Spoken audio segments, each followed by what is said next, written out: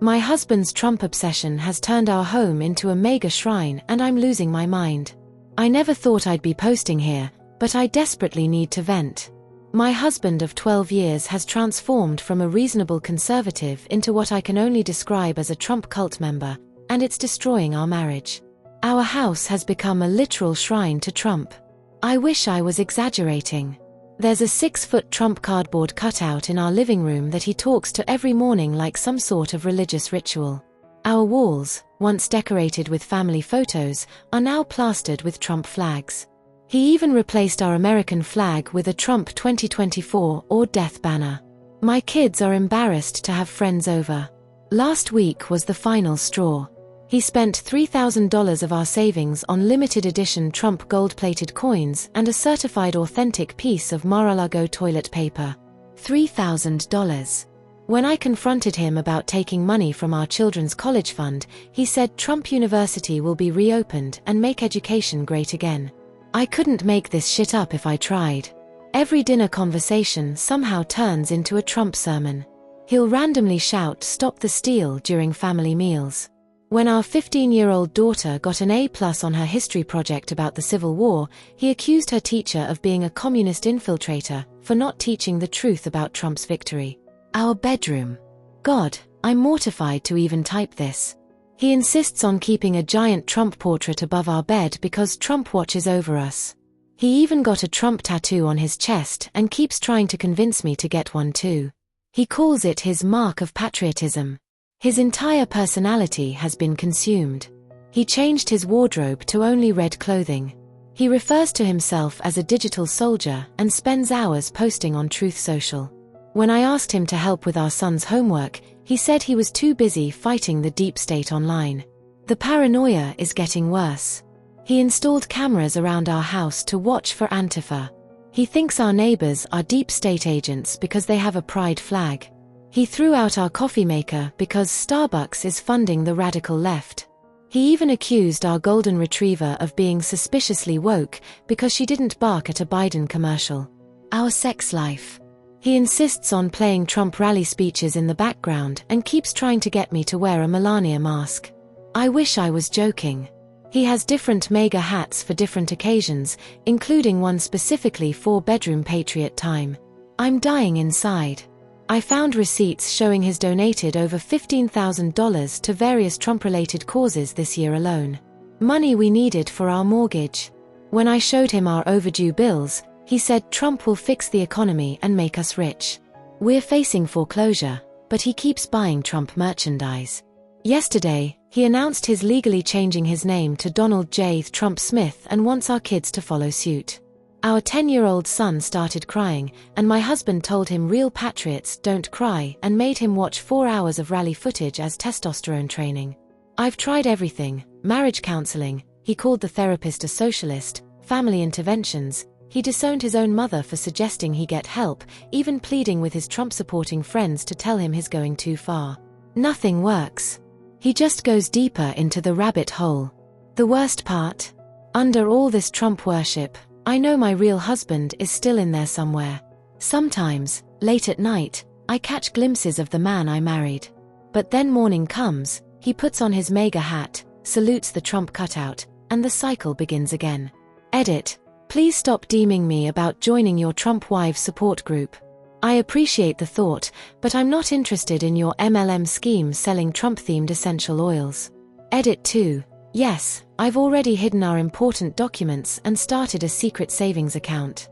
And no, I won't sell you his rare Trump toilet paper, even if you're offering Bitcoin.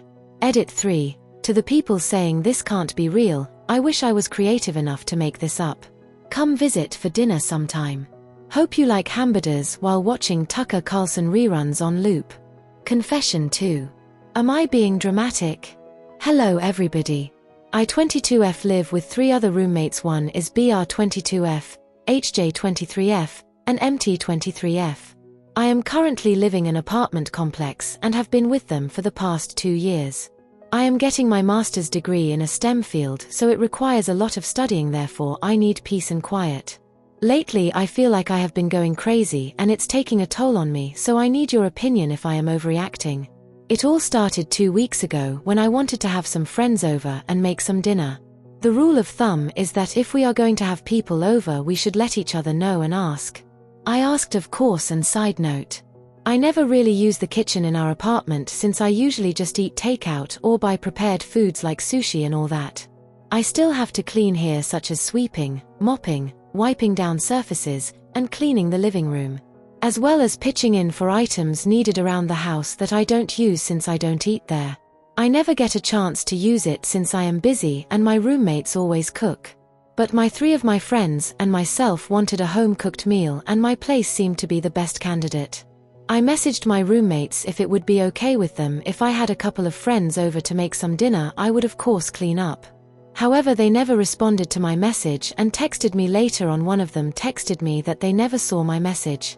Mind you, they were all on their phones and tablets in the living room when I left. I was quite embarrassed and upset since I feel I have been a good roommate and this would have been the first time I had people over. That was the first big thing that I noticed. They were acting weird with me.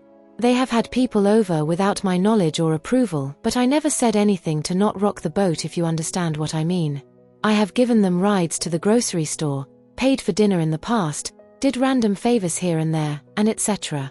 Not that I was expecting anything in return, but just to be a good roommate and get along well, to bond and all that fun stuff. I was still upset about it and did not clean around as much as I used to. My reasoning was that if I don't even get to use the kitchen and have a couple of friends over, I should not have to pick up spaces I don't to use.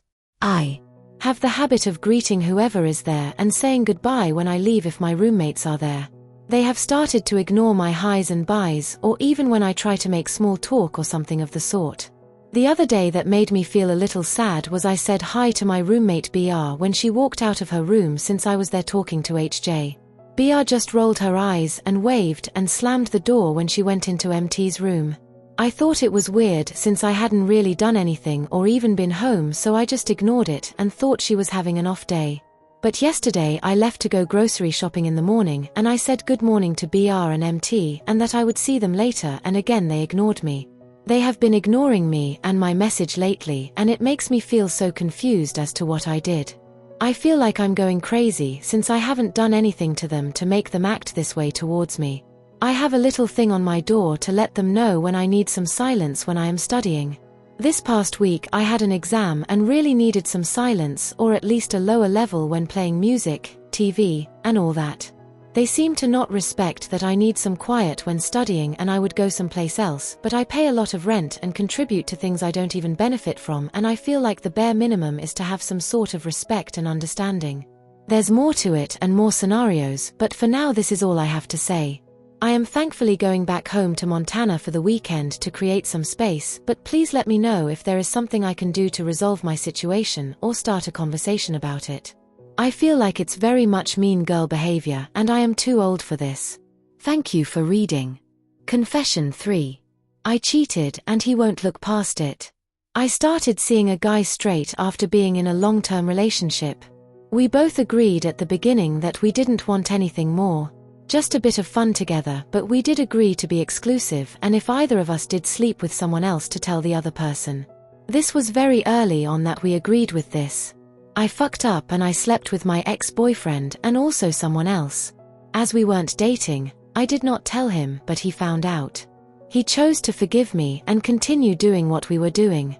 Now we are 3 years in and I have fallen completely in love with him. We go on holidays all the time together. We spent every third night together. We have all of these plans and help each other be better people every day. But he gets triggered often from what I did at the beginning. He cannot look past that and won't allow himself to move forward with me, even though I have done everything possible to prove that the person I was at the beginning is not me now. I am a completely different person. I was a mess after getting out of a long relationship that was not the best. I made a mistake, that's it. He cares for me deeply and I know he wants a future with me, but these triggers are becoming more frequent and painful for the both of us. How do I help him get past those triggers so we can give us a real shot?